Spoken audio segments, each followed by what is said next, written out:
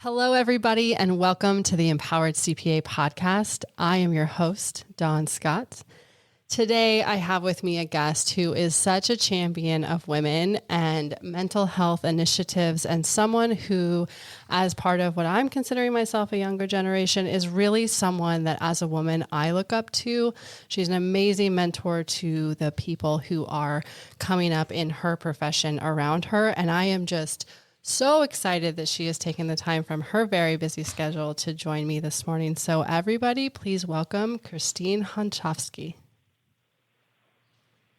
Thank you, Dawn. Thank you for having me. I'm excited to be on this podcast with you. I'm excited too. We've had a lot of interactions over the years together, so I'm excited that we could come together and celebrate your accomplishments and share them in a little bit different way than I see you celebrated normally. So why don't you tell us a little bit about your background? I know that now you're a Florida State representative, right? Mm-hmm. Okay, perfect.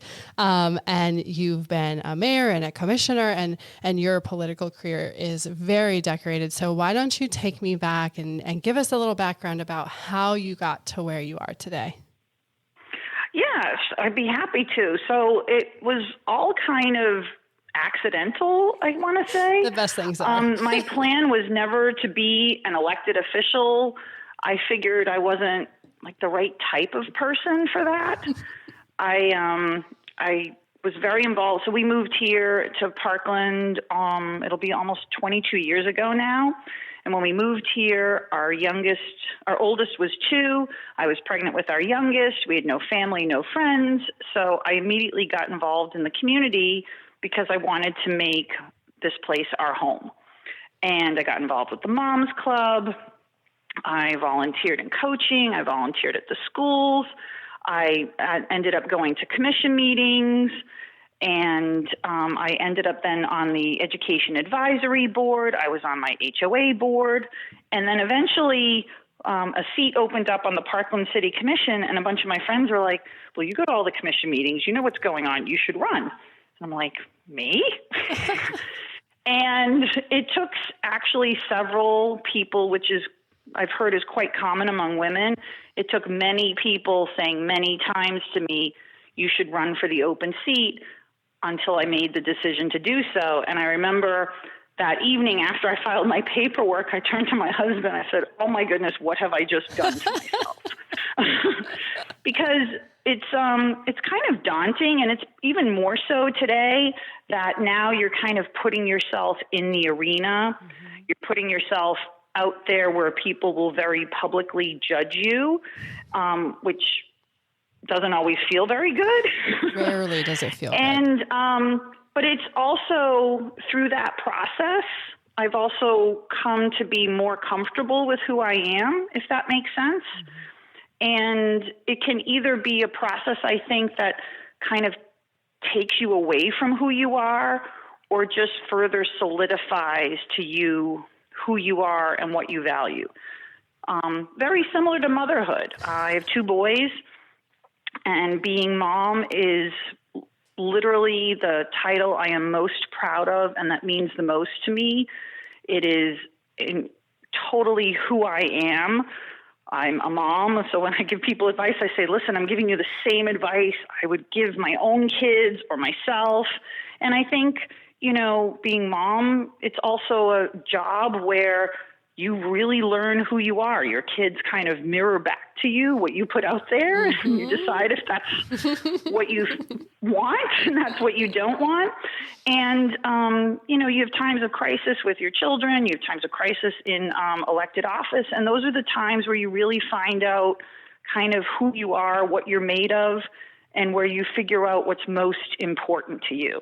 And I think those have probably been the best things that I've learned over the years. And so I ran for commission. I won that seat.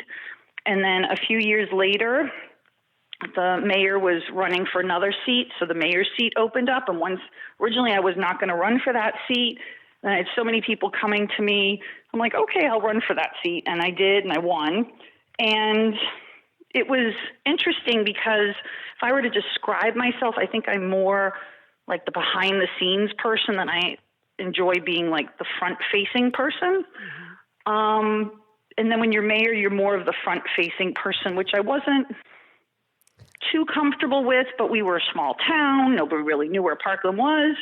So I got comfortable with it. And then we obviously had the mass shooting here at Marjorie Stoneman Douglas in 2018, and that changed everything. It changed everything from our city, changed everything from my role as an elected official. It changed a lot for me personally because I knew so many people who were affected.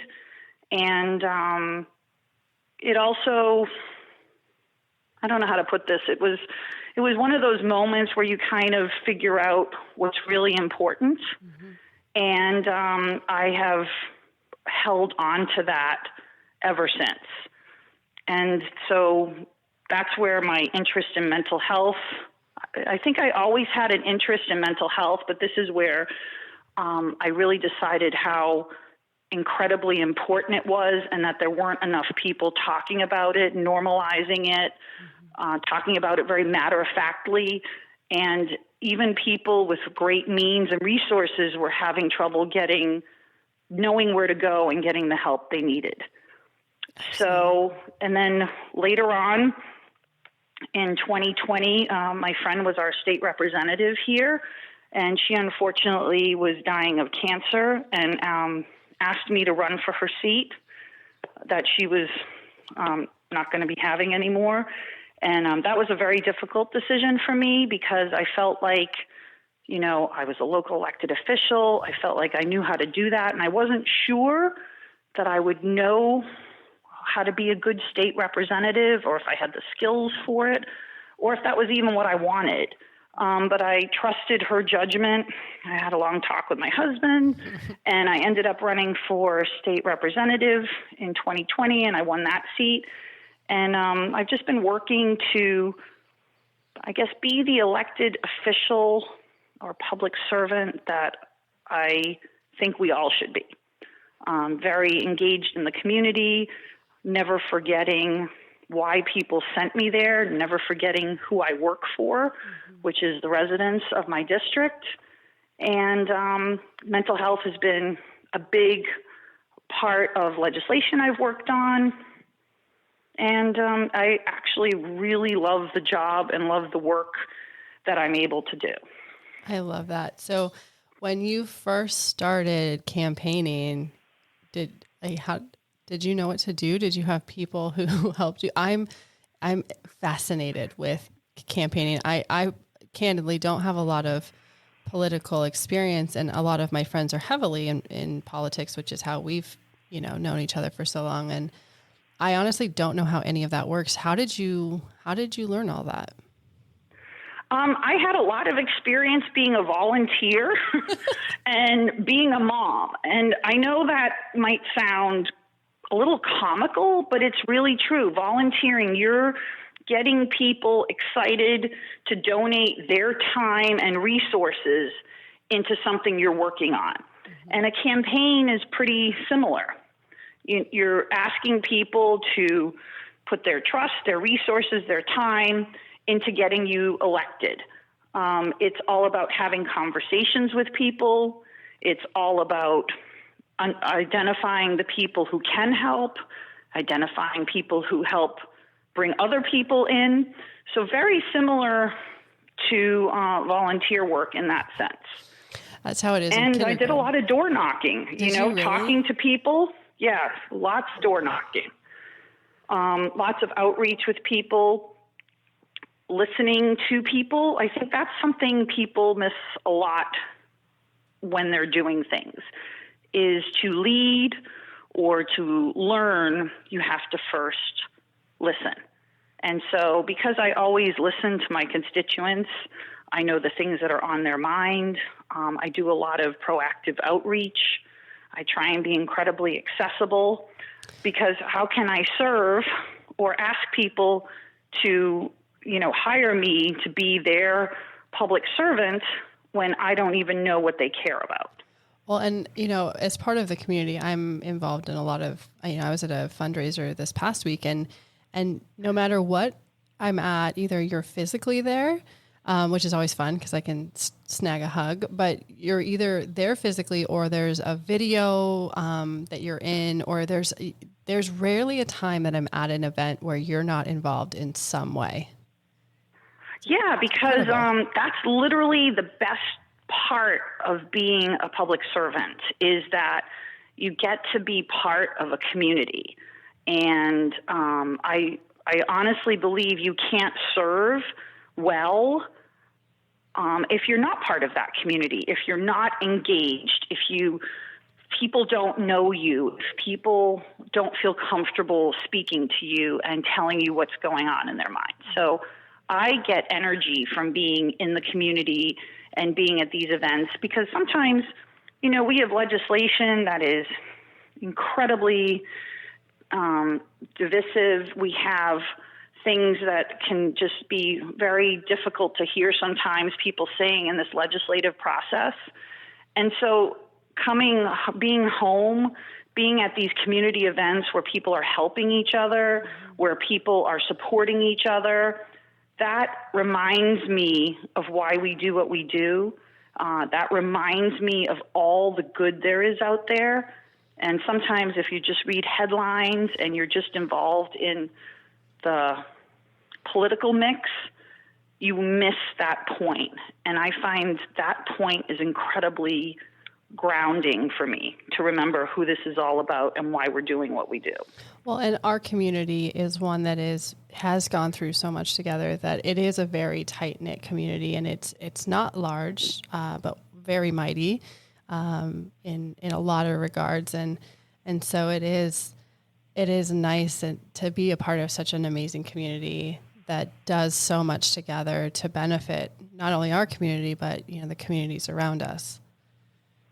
Absolutely. And even to benefit, the state of Florida and our country. I mean, a lot of people in our community who suffered through the Stoneman Douglas mass shooting have really worked to affect change, not only in a community, a county level, but also a state and a federal level.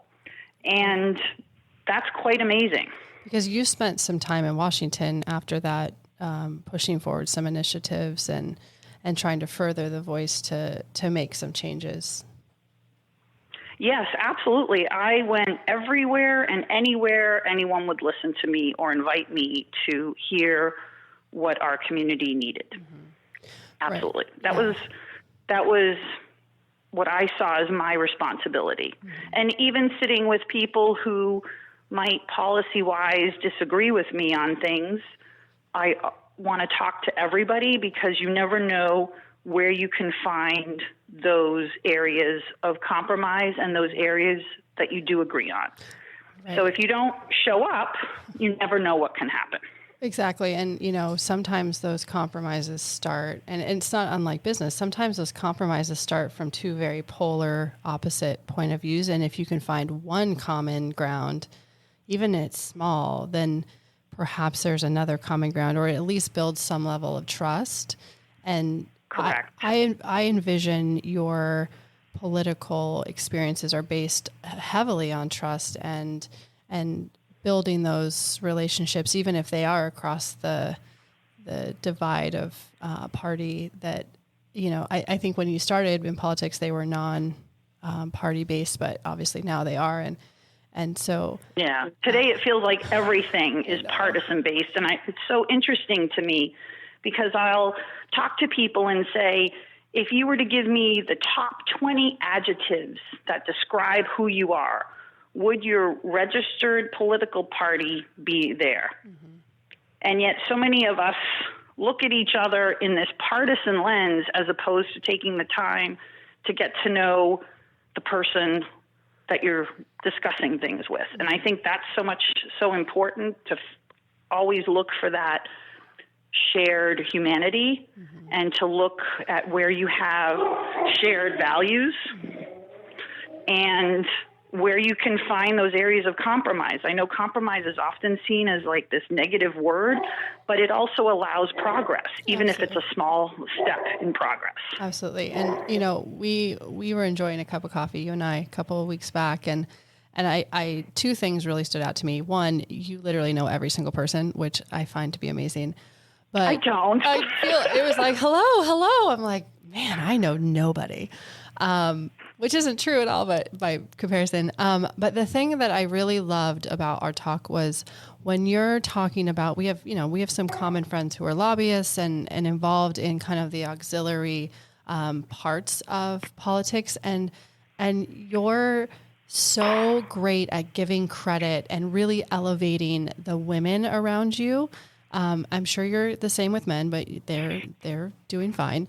But you really give so much credit, and you introduce people to people that you think would be important for them. And you really serve as this champion of the younger female generations that may be following in your path directly or in some capacity around it. Is that something that just resonates with you? Do you even think about it when you're doing this, or is this just how wonderful you are for my generation? I do think about it when I do it, because there were so many people who did that for me. Mm-hmm. I couldn't be doing what I'm doing now if I didn't have people who believed in me for whatever reason. Well, they were proven right. I mean, right? But they may not have. I don't think I always knew it at the time, and that's how. I don't know. It's. I feel like people did it for me, mm-hmm. and the least I can do is do it for others. I love that. I feel the same way in some regard. I had some amazing people who really looked after me.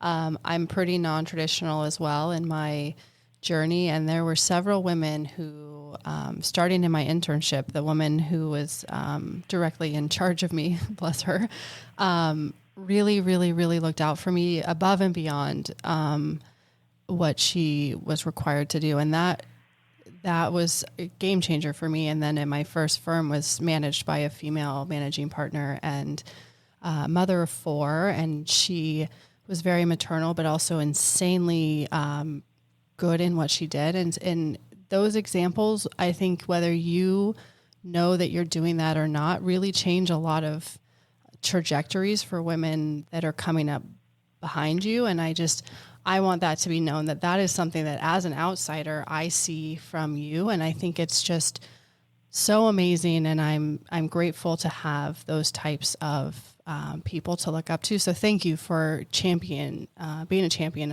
of women and putting. Well, thank you for doing the same. But we also have the humility to know that none of us got to where we are alone. Right. And while it's great to have confidence, and you should have confidence, mm-hmm. humility is a gift. That not everyone has. I think humility is so important in any process, mm-hmm. because it keeps you grounded. It keeps you grateful. Mm-hmm. Being grateful keeps you optimistic. Being optimistic gives you the energy to think you can make a difference. Mm-hmm. And I think all that is so important. And for anybody I've helped, they're probably going to do the same thing that I did, mm-hmm. because somebody helped me. Exactly. And that's also part of being actively working to make the world the place you would like it to be. Mm-hmm. I just think it's wonderful. And, I think another thing that's important is the way you were able to set your priorities, especially when you were a younger, newer politician, and balancing that, those new experiences with balancing a family. That is something that is hard. It's challenging for most mothers to find the voice, especially when those voices are so different. Yeah, it's a big challenge. I have learned over time that the time with your family you never get back. And I am now grateful, now that our boys are grown up, mm-hmm. that I was present for as many of their experiences as I was, mm-hmm. Because, it goes so fast. I know. And I also wanted our boys to see that people who don't always agree can also work together, that there is civility in this process. Absolutely. And it's hard to always find somebody else's humanity when you are like on polar opposite sides of issues. Mm-hmm. But I think if we don't work on focusing on that, we're also never going to change hearts and minds. Right. If you see how people evolve in how they look at things, sometimes people have an experience and now all of a sudden their views on things change. Mm-hmm. If you've dismissed them, you never give them an opportunity to kind of see your point of view. Absolutely.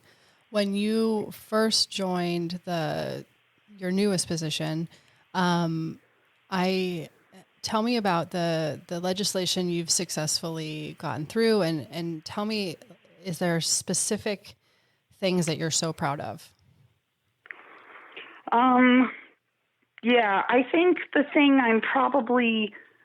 the piece of legislation I'm most proud of is that in my first session, which was in 2021, I had legislation that established a commission on mental health and substance abuse, and this is legislation I filed. It was based on the grand jury report from the MSD Commission, and I filed it, and I was told by many people, they don't like commissions, it's never going to pass. Mm-hmm.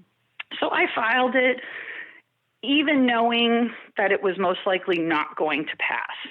But I felt very strongly that this was what I needed to do, considering where my district was, what happened in my district, and how it could just elevate the discussion and hopefully bring more stakeholders together to have a better mental health and substance abuse services system in the state of Florida. So I filed that legislation, and it looked like it wasn't going anywhere for a while, but I'm very persistent in a very hopefully non-annoying way. Whatever. And eventually it passed on the House floor, but it didn't make it through the Senate. But I had someone work with me on it, and I was able to attach it to another bill as an amendment. Mm-hmm. And so it ended up passing as part of a bigger child welfare package. Yes. And so that commission was established through legislation, and the Speaker of the House, who's a Republican, appointed me to the commission as his appointee, which was incredibly kind of him and very generous of him. He didn't need to do that, and I can't even tell you how much I appreciated him doing that. And so now I sit on this commission on mental health and substance abuse. We've been meeting since, I think, September, and we're working on making recommendations for the legislature and the governor on how we can improve the system.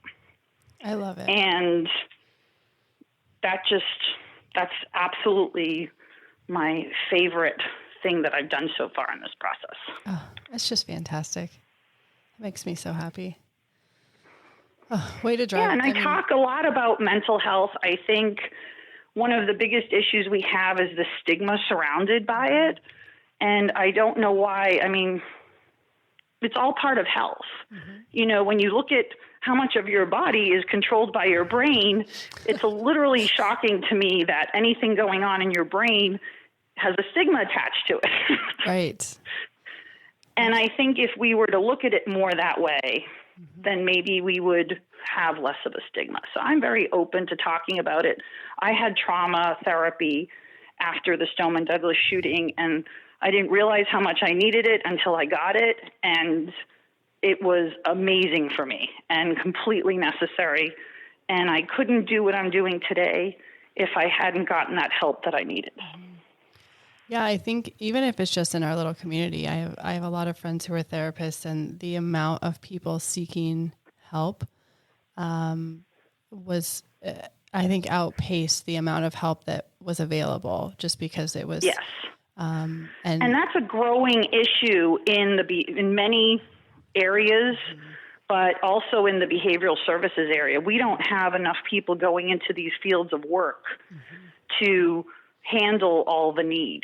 Absolutely. Yeah, I have a large part of my client base that are therapists, and I think that there's a lot of factors that go into why people aren't doing it, but it truly is, in my experience with the people providing the services, it is something that you are 100% called to do.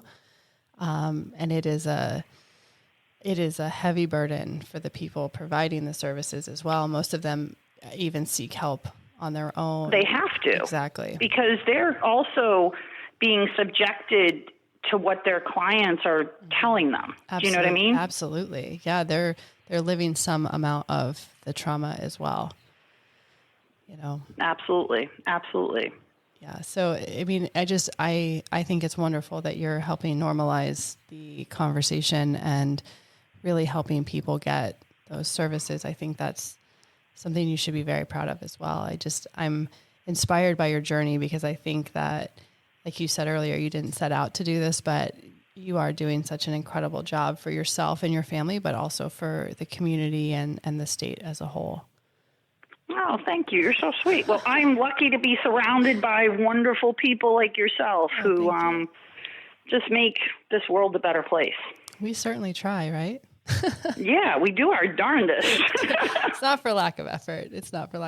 So I guess one last question I would have for you, if you are your younger self, you're, a female and male or whatever, what's one thing that you think was essential to your success that maybe you knew about when you were doing it or didn't know about, but what's one thing you look back and you're like, that is why this was able to get to where? Is there one thing you can point out that got you here or helped start the process? I was always fortunate to have people believe in me when I didn't necessarily believe in myself.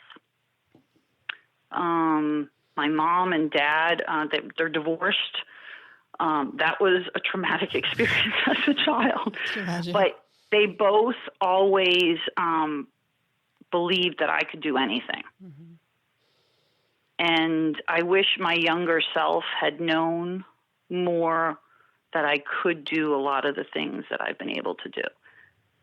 I love that. And I think that helps because I think we don't take chances if we think we can't be successful. But if we know that no matter what comes our way, we can figure it out, we can handle it, I think that encourages us to do a little more and to not be afraid to take a chance, whether it be on a new position, whether it be on a new friendship, and to realize, each one of us, we're good enough.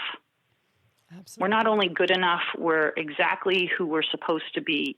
And I think that's just a super important message, I think, with social media and lots of images that are out there, that we sometimes undermine ourselves and don't realize the power we have, the opportunities we have, and that we can do whatever we set our minds to.